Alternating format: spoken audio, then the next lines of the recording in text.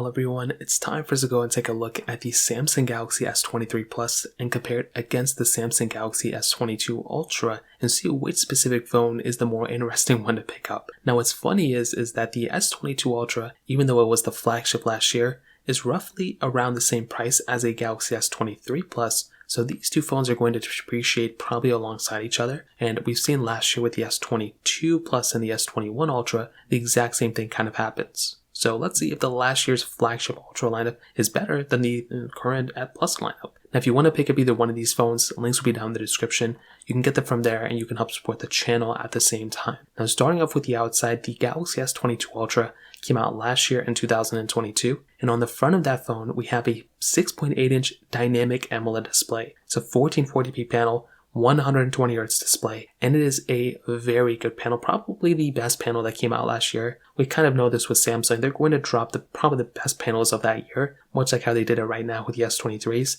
and this is a very good performing panel. It's curved on the side, it's flat on the top and bottom though, so some people may like that, some people may not, but do keep in mind it is a bigger, more beefier phone than the S23 Plus. Now in the Plus version, well not the S22, the S23 Plus, we have a 6.6-inch dynamic AMOLED display. So it's smaller overall than the S22 Ultra. It also feels much slimmer and much smaller because you actually, do not get this kind of wide phone. It's more like curved a little bit and it makes it feel a little bit nicer. You also have a flatter side on the S23 Plus, so it actually makes it feel a little bit thicker, but it doesn't feel as big, if that makes sense, because it's not as big, it's a smaller phone. It's a 1080p panel, you still have 120Hz on the display as well. So definitely visually when you're looking at both screens, the S22 Ultra is definitely going to be the better phone here. It's going to look so much better. But the S23 Plus I still think has a really good panel, and I think Samsung didn't really do anything wrong with this panel this year either. Now we have USB Type-C ports on the bottom of both these phones, but the S22 Ultra has that added benefit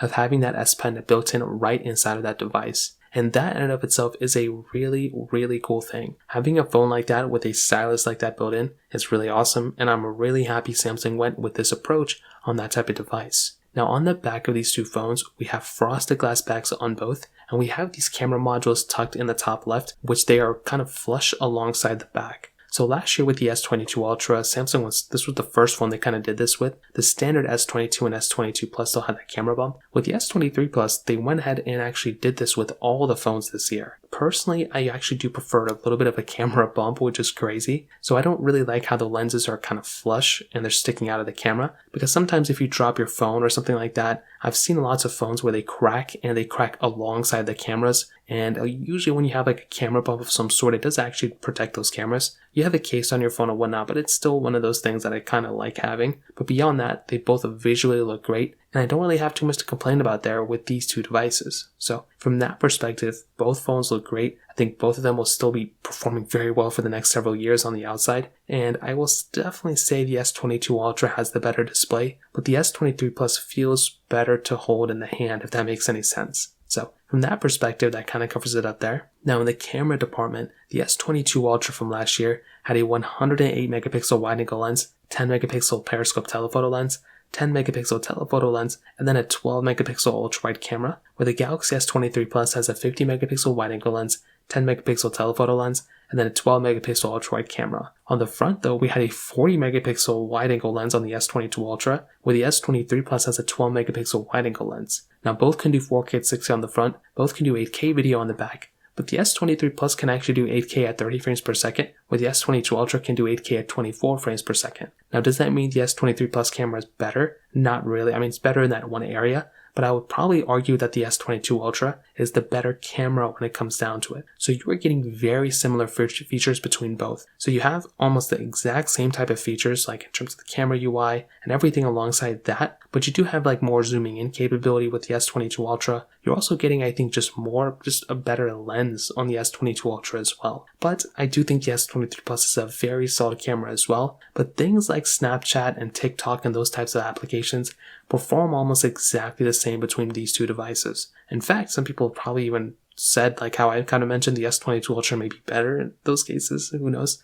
But the S23 Plus and the S22 Ultra both have very solid cameras for sure, and I don't know if there'd be one that I would pick up more so than the other one because of the camera, But keep in mind the S23 Plus is a more optimized camera, it's newer, maybe it's better here and there, but I think the hardware is definitely better on the S22 Ultra when it comes down to it. So from there, that kind of covers that up. Now in the software and the longevity portion, as I mentioned before, when you're getting a phone that's a year newer, it's probably going to be lasting at least a year more so than the previous generation. So in this specific example with a phone like the Galaxy S22 Ultra, which came out in 2022, the chances of it lasting as long as an S23 Plus, I mean, there's pretty much no chance of it. So the S23 Plus is going to be lasting probably a year more than the S22 Ultra. But with that being said, the S22 Ultra is still going to be lasting for many more years to come. It's going to be lasting on One UI 6, One UI 7, maybe even One UI 8, and then this phone is going to be discontinued. So you have like 3 or 4 more years of using this device before this thing is, discontinued. So I think that's totally fine. And when you have a phone like this,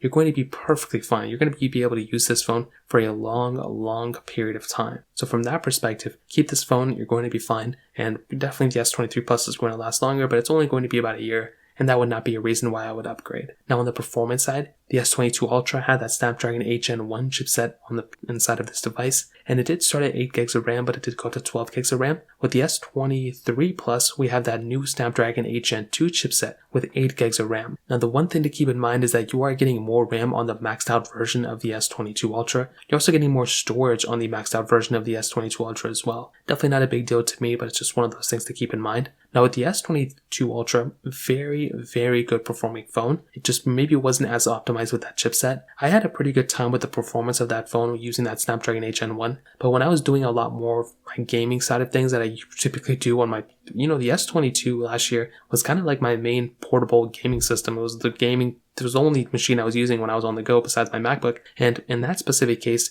the S22 did a great job, but the battery would just die so fast. And I realized this later on in the year, last year, and the S22 Ultra pretty much has the same problem. It looks like it was a problem with the Snapdragon 8 Gen 1 chipset. With the S23 Plus, I'm hoping that's fixed. I haven't used this phone for like 2 or 3 months, so I haven't had a great, way of kind of explaining it yet. But I do think so far it's been better. But the performance is going to be better on that phone. The, optimizations, it's not going to drain your battery as much on a phone like that either. And since these two phones have almost the same size battery, 4,700 milliamp on the S23 Plus, 5,000 on the S22 Ultra, you're definitely going to be getting, a better, more optimized chipset on the S23 Plus. And I would probably argue you might get better battery life on the S23 Plus as well, because that chipset is so much more optimized. But I still think a phone like the S22 Ultra is probably one of the best performing phones still. But I do like how this new chipset is going to be better optimized when it comes down to it. So in there, that kind of covers that up. And to kind of wrap up this video, I definitely do think if you're planning on getting a phone right now and you just want the most flagship feeling phone, I guess you could go with the Galaxy S22 Ultra. But I think if you want to play it a little bit more safe, getting an S23 Plus might be the better way to go. With that Snapdragon 8 Gen 2 chipset, you're going to be getting a better performing phone. It's going to be more optimized, and you can get to avoid those issues that the 8 Gen 1 chipset had, but also you can go ahead and have just a better, performing phone. It's a newer phone. It's going to last longer in the long run, and you might be able to pick it up for cheaper than the S22 Ultra is, probably in like the next 2 or 3 months, to be honest. So, and that kind of covers that up. If you have any other thoughts or questions, let me know in the comment section below. Hit the like button, that would mean so much, but definitely hit that subscribe button. More importantly than everything else, I love every single one of you guys. Hopefully I'll catch you guys in the next video. Peace out till then.